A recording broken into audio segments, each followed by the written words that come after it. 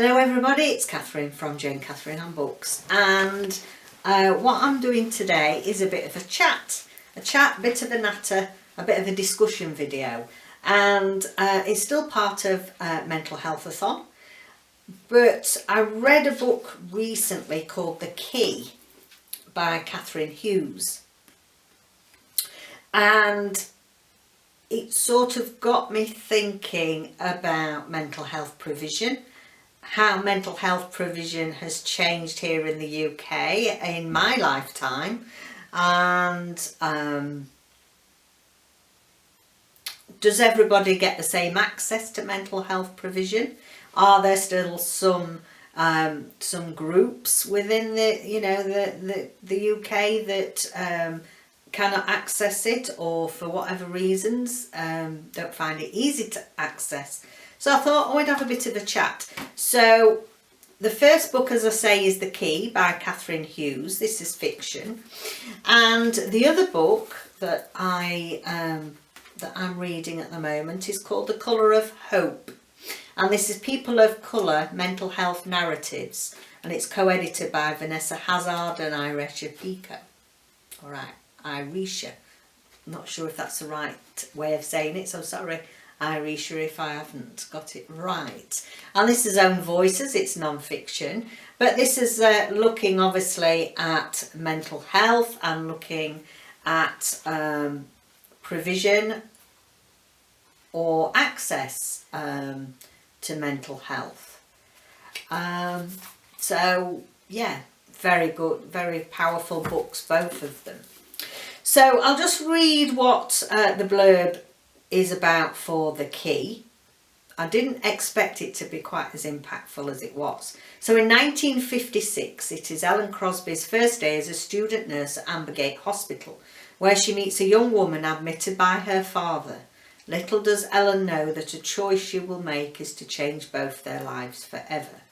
And then we've got a split time narrative. We have got Sarah in 2006, who's drawn to the now abandoned Ambergate. While exploring the oak corridors, she discovers a suitcase belonging to a female patient who entered Ambergate 50 years earlier. The shocking contents, untouched for half a century, will lead Sarah to unravel a forgotten story of tragedy and lost love, and a chance to make an old wrong right. You might need your tissues. I ought to have got my tissues. I might get a bit emotional, you might get a bit emotional, but it's an emotional subject. So, you know what, my story, and why this book really reached out to me, is that I was born in 1960. So, obviously I was born 4 years after this book is set. And in 1976, I left school, and with my GCSE O-levels, and went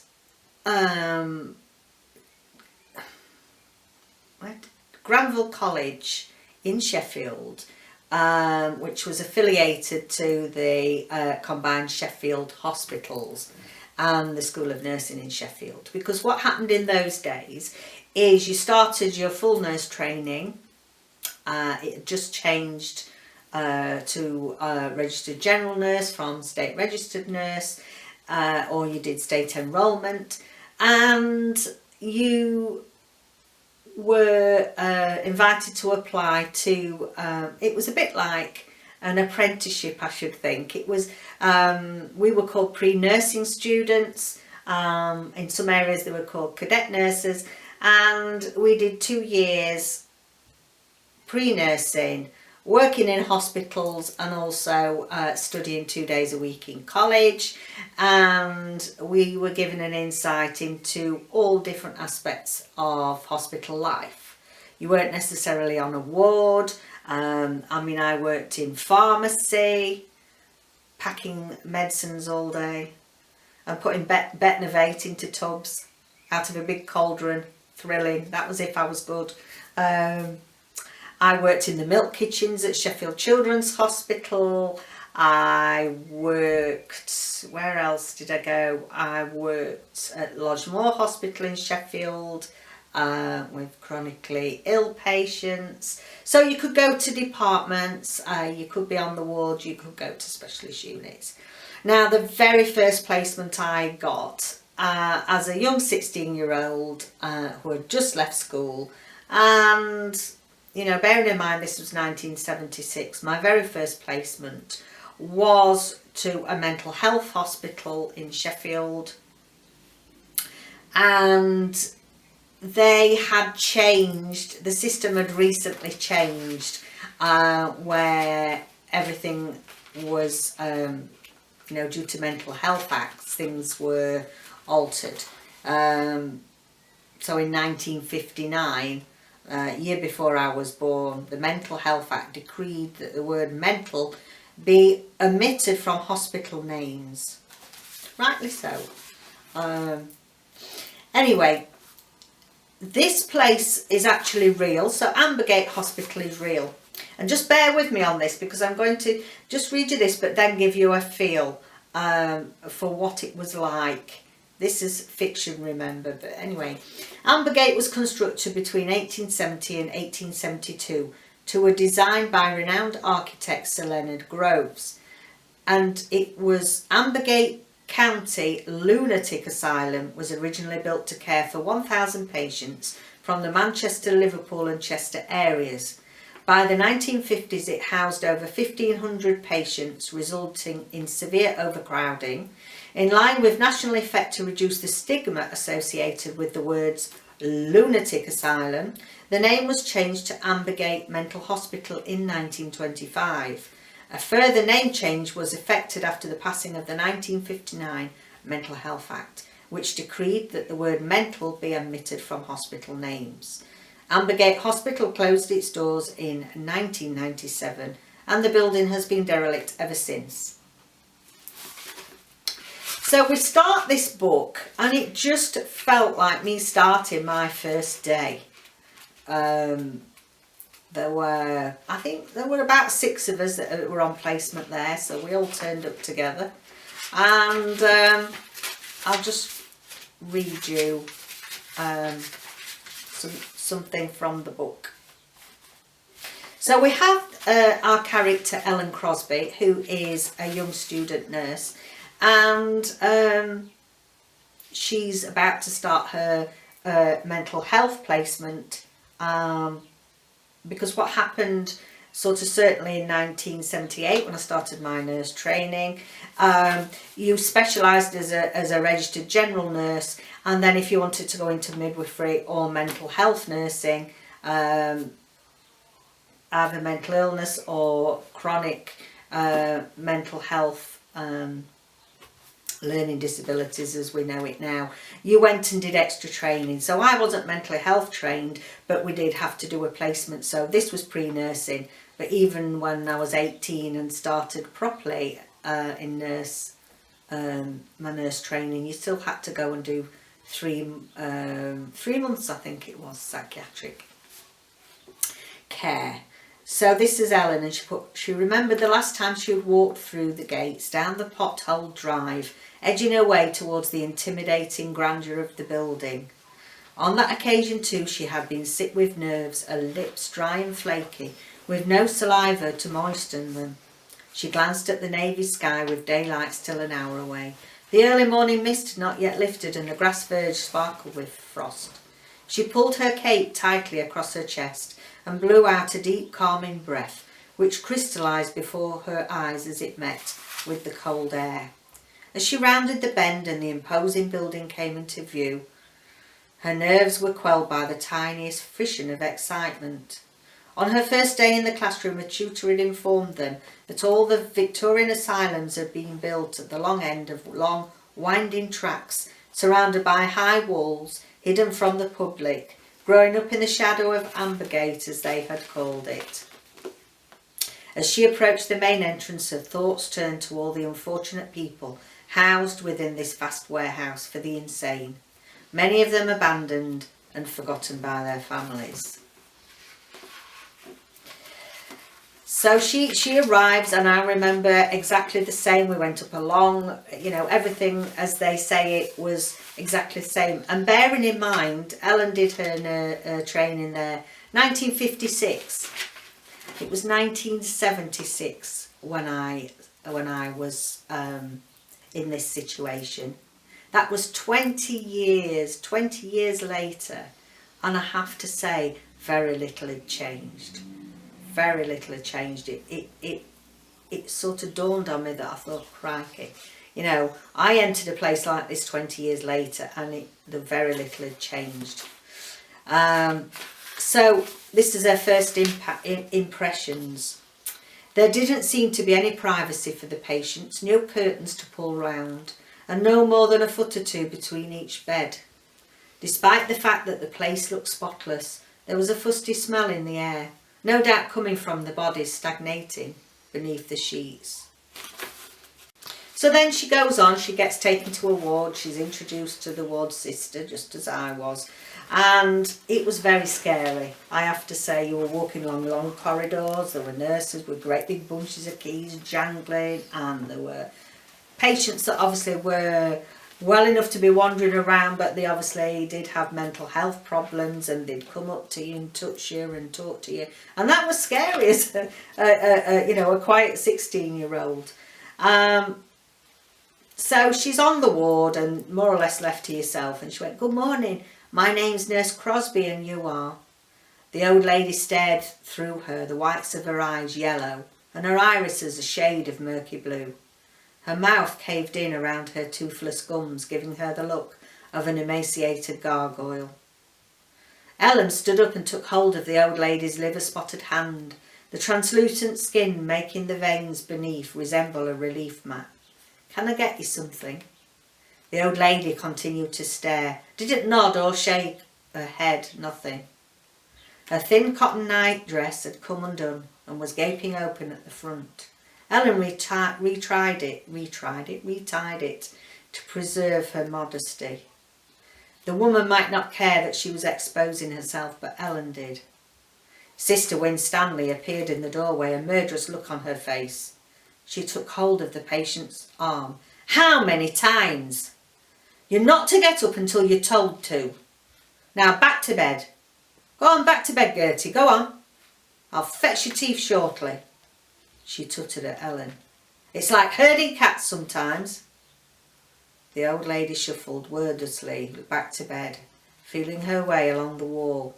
She walked with an exaggerated limp, dragging her left leg. "Why is she in here?" asked Ellen.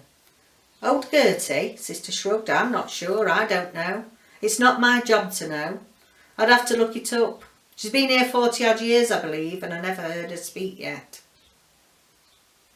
Crikey. You know, can you think about it? She's the sister of the ward, and she doesn't know why the patients are in there. And I have to say that I was so shocked. There were people in that hospital in 1976 who were there, I'm getting emotional now, who were there because they couldn't read and write. They'd been there 20, 30, 40 years because they couldn't read and write. Because they'd had illegitimate babies, they'd been thrown out. They'd probably suffer from depression, and their family had them committed there for the rest of their lives. And that, you can't believe that, can you? Anyway, we continue. So I'm warning you, it does get a bit more upsetting. Ellen says, "You mean she's been here since before the war, the first one?" Sister rubbed her chin and eyed Ellen up and down. "She's well looked after. She gets fed 3 times a day. As often as we manage, we bath her. And sometimes a walk if you've got time." "You make her sound like a dog." "Look, Student Nurse Crosby." Sister put her hands on her hips. "It's your first day, so I'm going to let that one pass. You have to understand that some of these patients could not function on the outside. They're completely institutionalised, and it would be cruel to turf them out. They wouldn't last a day." But, sister, enough. You're testing my patience now. I've not got time to stand around debating the issue. Ellen glanced at the old lady who was now sitting on the edge of her bed, picking at the skin around her fingernails. She had undone the ties on her nightdress again, exposing herself for the whole ward to see. "Well, why don't you start toileting Gertie?" Sister said. Ellen nodded. "All right, I can do that. And don't take all day about it. We've 30-odd patients to get up and dress before breakfast." Ellen approached Gertie, helped her off the bed and linked one arm through hers. "Come on, Gertie. Let's get you to the bathroom, shall we?" There was no response. She guided the old lady into the toilet block and gestured towards a cubicle. "Will this one do?" Still silence. Gertie backed into the cubicle, hoisted up her nightdress and settled herself on the toilet seat. Startled to see there was no door on the cubicle, Ellen turned away to give her some privacy and busied herself straightening up the towels. The lumps of carbolic soap in the sinks were cracked and ingrained with dirt, and she made a mental note to ask for more. And it definitely was like that. She turned around as she heard Gertie coming out of the cubicle. "All done. I'll just flush the..." She faltered momentarily, stuck for words. "Oh dear God, what have we got here? What have you got there? What have you got there?" Gertie held out a palm. It was smeared with brown streaks, as was the front of her nightdress and the ward of the cubicle. Nothing she had learned in training school had prepared her for this.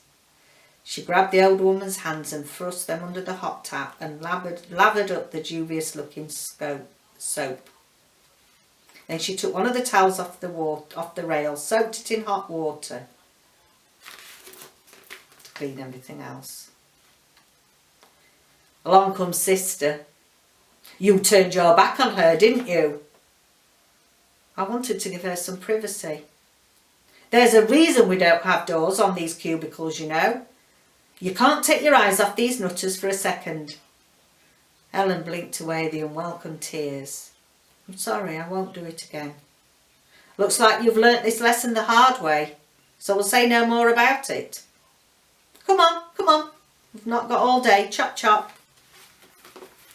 And you know, I suppose now looking back on it, I'm shocked that that's what it was still like, and that's what it was like. And I think, you know, thank goodness for my generation of nurses that then went on to improve things, and a generation of people that got involved in politics and got involved in policy making in the health service, and, you know, things improved and people, you know, were started to treat like real human beings with an illness, just like any other illness. And it, you know, you couldn't be a whistleblower then. People couldn't be whistleblowers then. It was just a different culture. And I think looking, it makes you very introspective of your own person and your own practices. And I vowed that day that I would get to a position where I could change things, where I could change things for the better for people. You know, these people had lost their human rights. They weren't treated properly. But anyway, I don't want you all think, oh my goodness, it's, you know, but it's something that's very important, I feel, because I feel very lucky that 1992, when I had my first son, when I had Adam, I had postnatal depression and needed, you know, treatment. And crikey, if I'd have been born 20 years earlier, I'd have been in there. And I'm just glad that things have improved. Sorry. Anyway, it's a really good book. Apart from all that, it is a very good book. It's got a really good plot. It's a very, very interesting. And this suitcase that she finds, when people were admitted there, and it was the same, people were admitted, you know, they got genuine mental ill health as well. People with genuine ill health. They didn't need any old excuse, the family, to lock them up in there for good. And, you know, for those of you who've seen that One Flew Over the Cuckoo's Nest, that film, that's very poignant because they did used to do lobotomies on people. Thank God that's gone. But they did do ECT treatment when I did my nurse training. And you know, it was, I have to say that it was done because they'd done research and they found it did help. And I think it was done with the best of intentions, albeit it's still horrific, you know. Anyway, things have improved. We've got so much better healthcare system for people with mental ill health. And I wanted to see, you know, this is my perspective, being white from a, you know, I wouldn't say we were a well-off family by any means. We were a normal working class family, but upper working class perhaps, you know. My mum was a nurse, my dad was a manager of a supermarket, and we were just ordinary everyday people. But there are, you know, I wanted to look what provision for ethnic minority groups, people less privileged, and also considering healthcare in other countries. I mean, we're very fortunate in the UK that we have the health service. Everybody moans and groans, and I think sometimes you've got such a fantastic system, you take it for granted. And so I came across this while I was searching what books I wanted to get for Mental Healthathon. This Colour of Hope, this people of colour with health narratives, and gives you, obviously in here it shows that you know, people can access mental health provision far easier. Mental health provision is far superior. We've got better pharmacology now. We have better systems for I just wanted to see that if people are still disadvantaged for whatever reason. So I'm going to read you a few bits out of here. All sorts of different voices from people with different mental health conditions. And they're doing a discussion with this lady. Can you discuss your experience with how race may have exacerbated or contributed to symptoms of your condition? I remember my white friends freely talking about seeing a therapist. Meanwhile, I had my visits to the school counsellor. There's a stigma about us being mentally ill, you know. I had a white friend who explained to me how she was on Xanax for an anxiety disorder, as if it was no big deal. I remember thinking how much her parents must have loved her because they took the time to get her treated. Are you on medication now? No, it's been cut off because of Medicaid. So that brought home to me that it isn't just whether you belong to an ethnic minority group. In other countries, I mean, this is narratives from America. In other countries, you know, they don't have the health service and they have to pay for their health care. And not everybody can afford insurance and not everybody can afford to pay. And therefore, you know, this proves the point that there are these improved services for people with mental ill health, but not everybody can afford them. So we have that aspect to consider. Then let's have a look what else I'd sort of outlined in here. It's a really good book. It's sort of I don't know if it's been published by actually, but I think it's worth, you know, I think it's like a charity thing and it's worth it because it's helping them out. Let's have a look what else I'd put in here.